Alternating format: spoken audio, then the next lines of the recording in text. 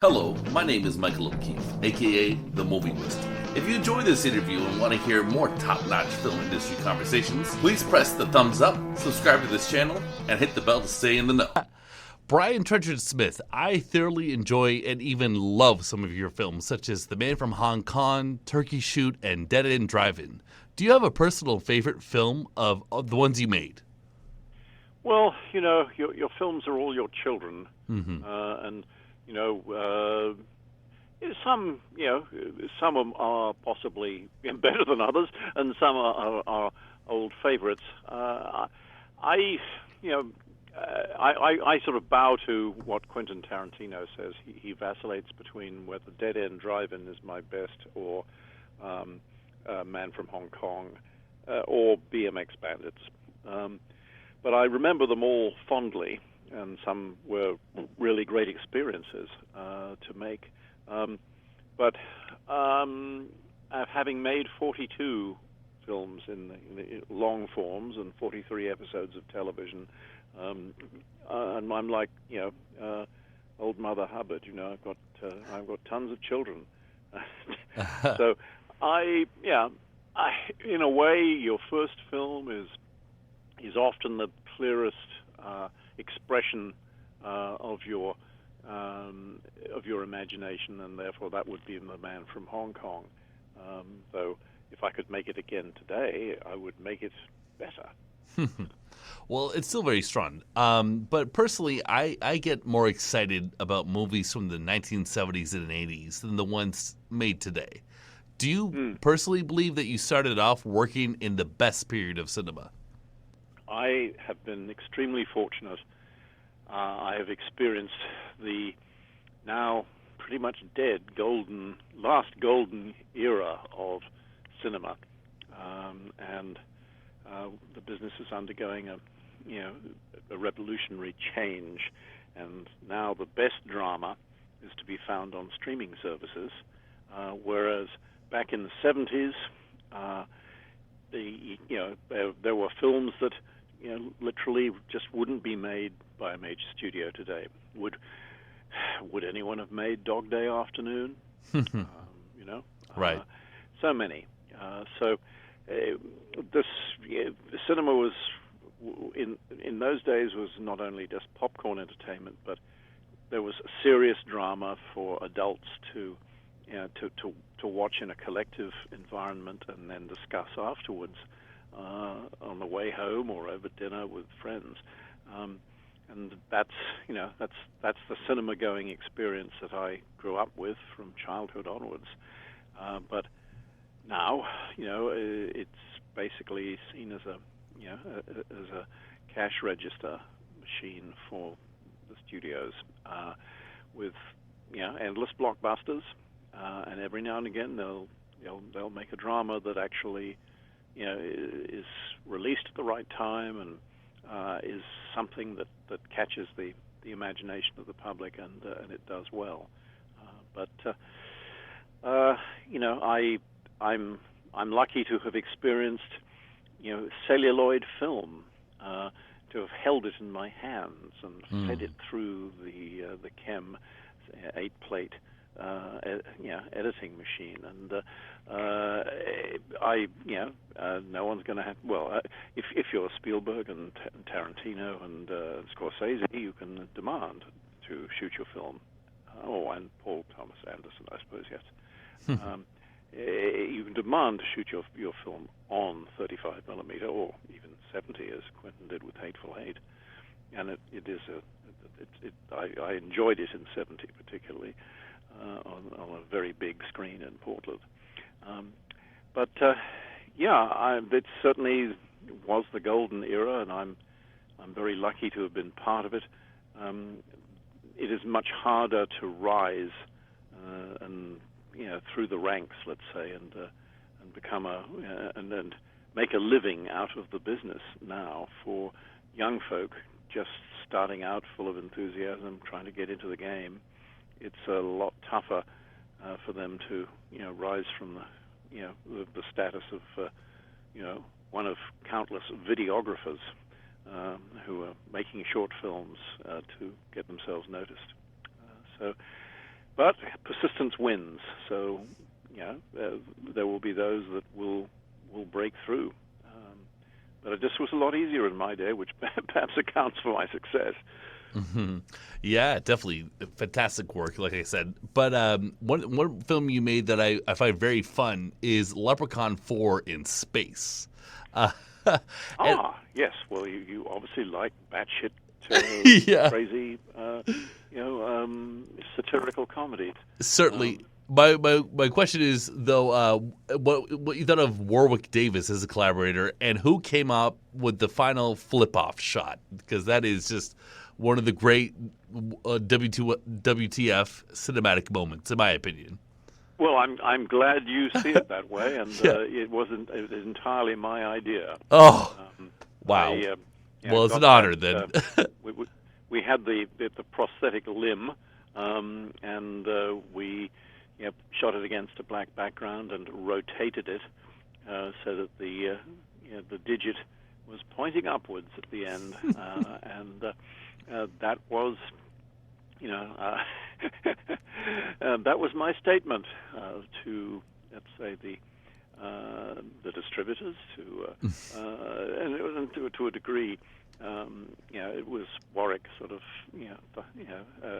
flipping the bird to his audience, and I can't think of any other of my films in which that would have been appropriate.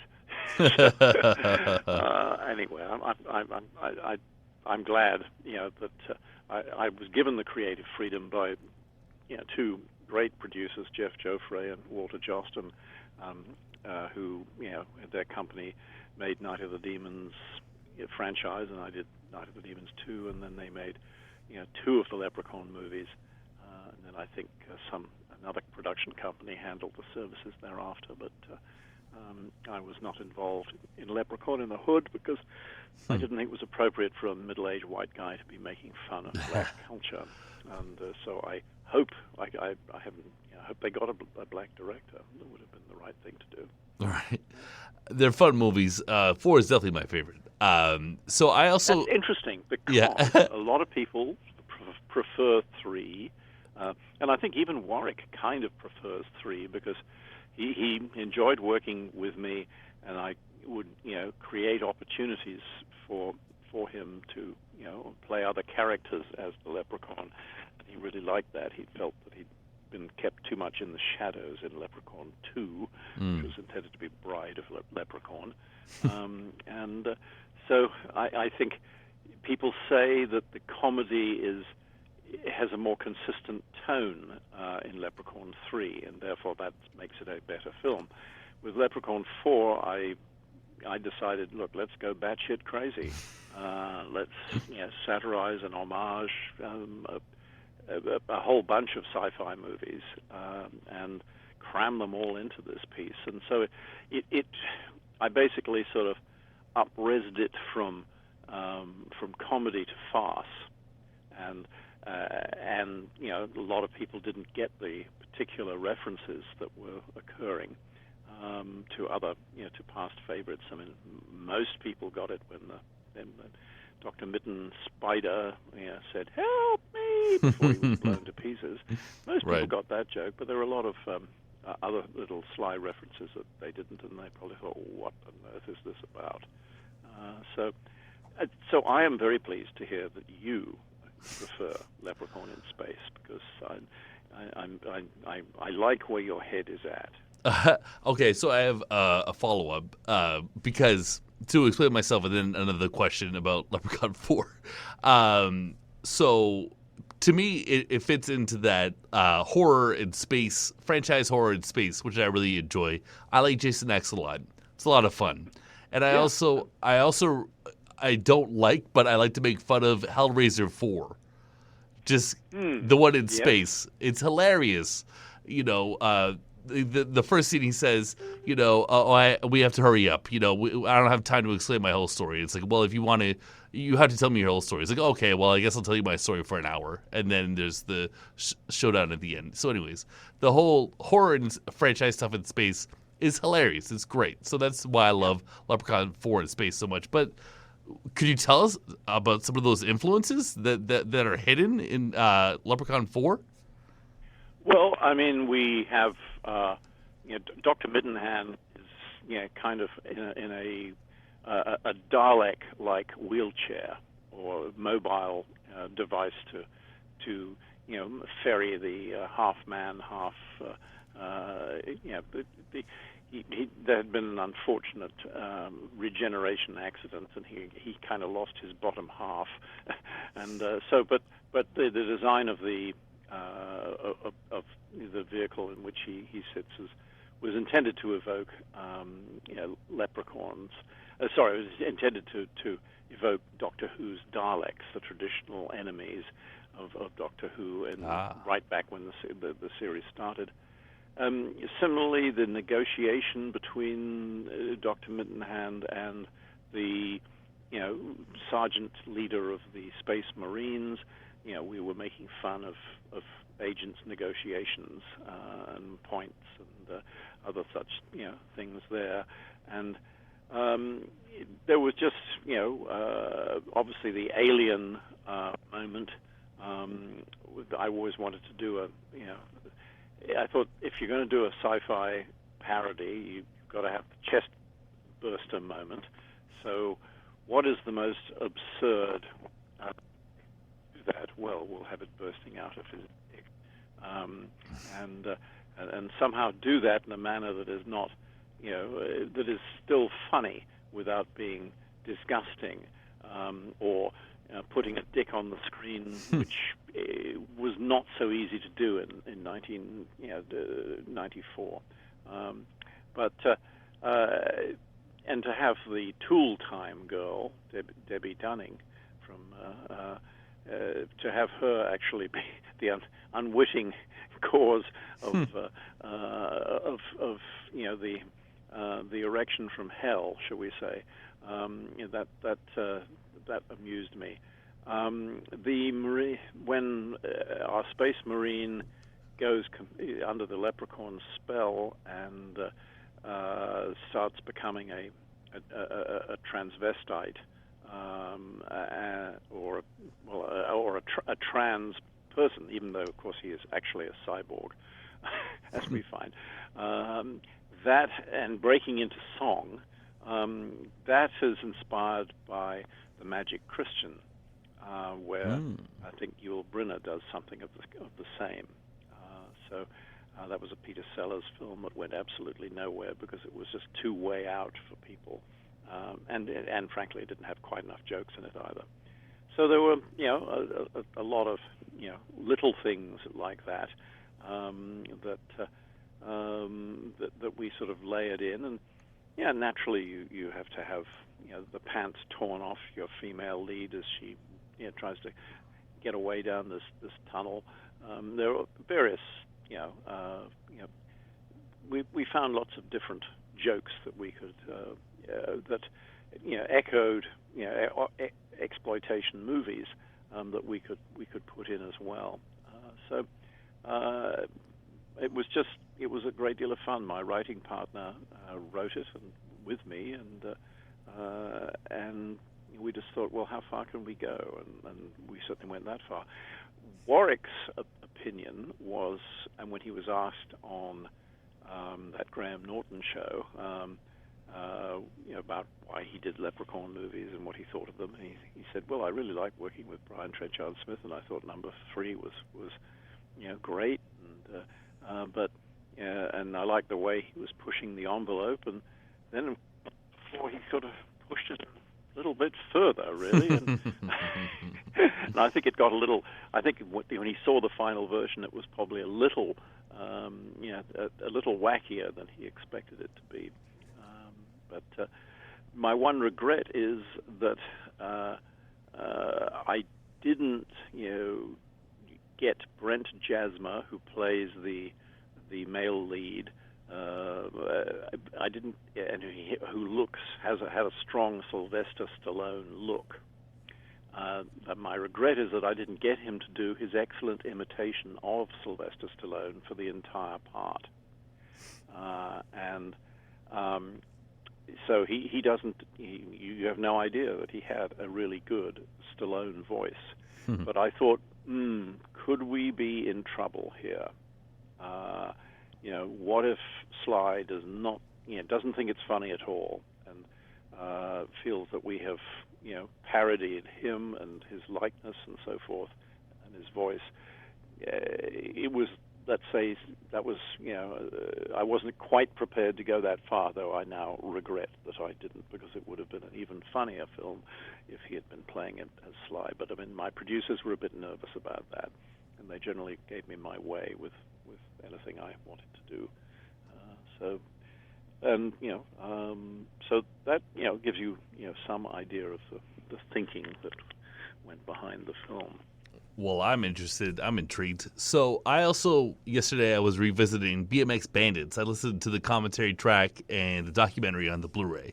I'd been kind of neglecting it for a while, but I had a reason to check it out again. And it's a really fun movie, and I'm really glad I did sort of gorge out on BMX Bandits yesterday. And yeah, there's so much bike riding in that movie. And then I remember also the Hal Needham movie, Rad. And I was wondering, do you think he was a little inspired by BMX Bandits? I think so. I think so. BMX went on sale at Cannes. People, talked about it, and he said, let's do our own. Let's do an American version of it.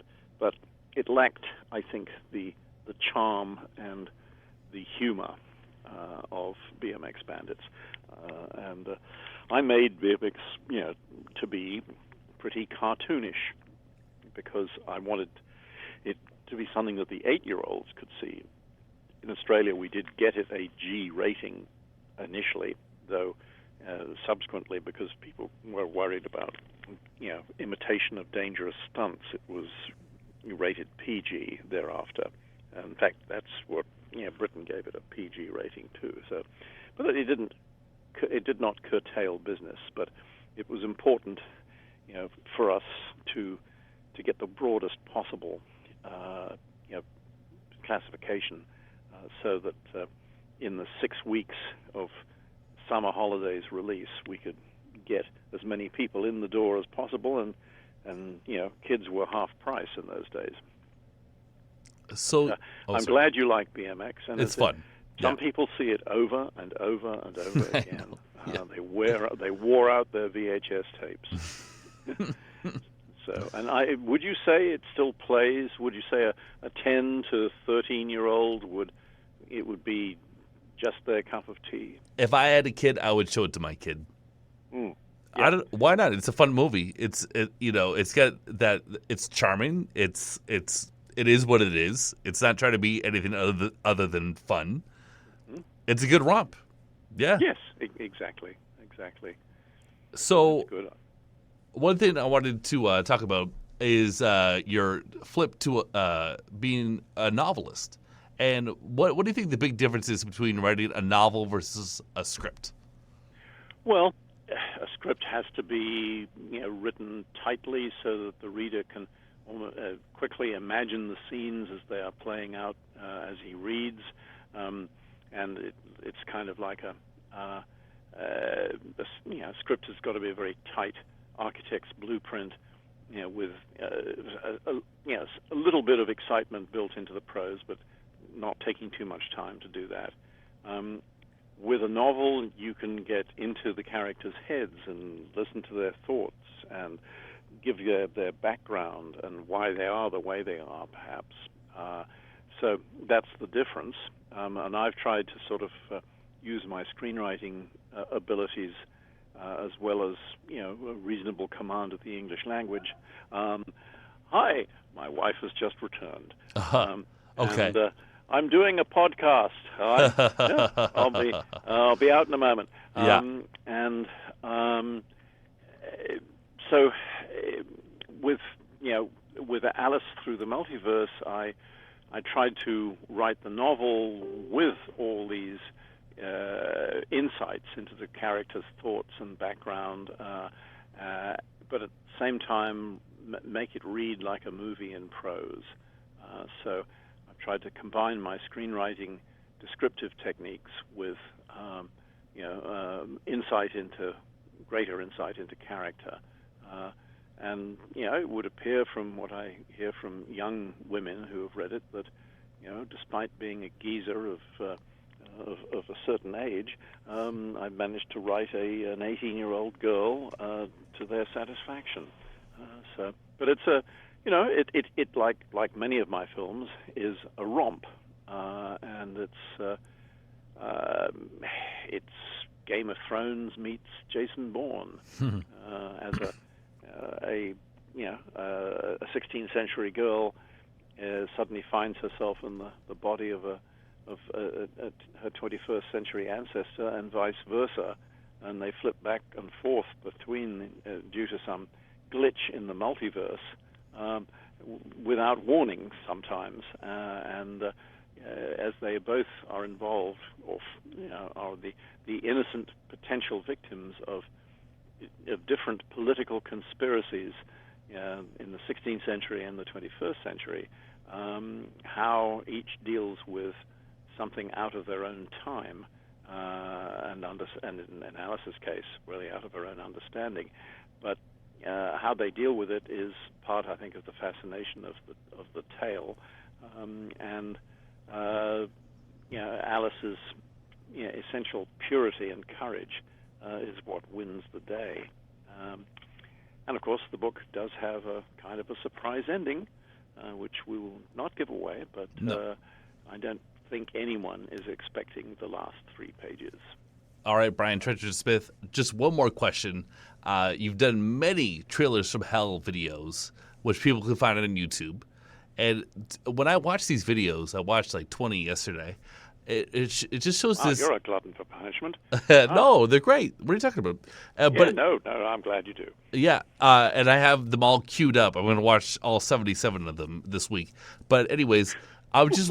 Yeah, no, I'm doing it. This enthusiasm for cinema, it's kind of like it's burned into your bones. I can tell. And I'm wondering, when did that come to you in life? It came at the age of 13. Wow. I mean, I think I first saw the visual image projected when I was 4, projected on a sheet hung on a clothesline between 2 posts on an airfield in Libya, where my father commanded the Air Force base there, and I just remember seeing the images. It seemed like horses galloping along. Maybe it was a Western, and probably in black and white. And this would be 1950. And I remember seeing the projector, this amazing gizmo that threw this image onto the screen and so that was my first introduction to the visual image. But the time that the light bulb that came flashed over my head, let's say, was when I went to see at 13 a reissue of Alfred Hitchcock's Vertigo. Ooh. And I was utterly mesmerized by it. I, of course, being so young, I didn't understand all the dark undercurrents, but I was totally gripped by it and fascinated, and the visuals were stunning. And it occurred to me as the movie ended that people are paid to make these things, and when I leave school, I'm going to have to get a job, and I have no idea what that is, but I've always enjoyed films, and I'm going to them more and more as I get further into adolescence. And well, so people get paid to make these. Well, that's what I'll do. Simple. Okay. Decision made. And by amazing good fortune, I have been able to do that. Well, thank you so much, Brian Trenchard-Smith. I really appreciate your time. Asking. Okay. And have a good day.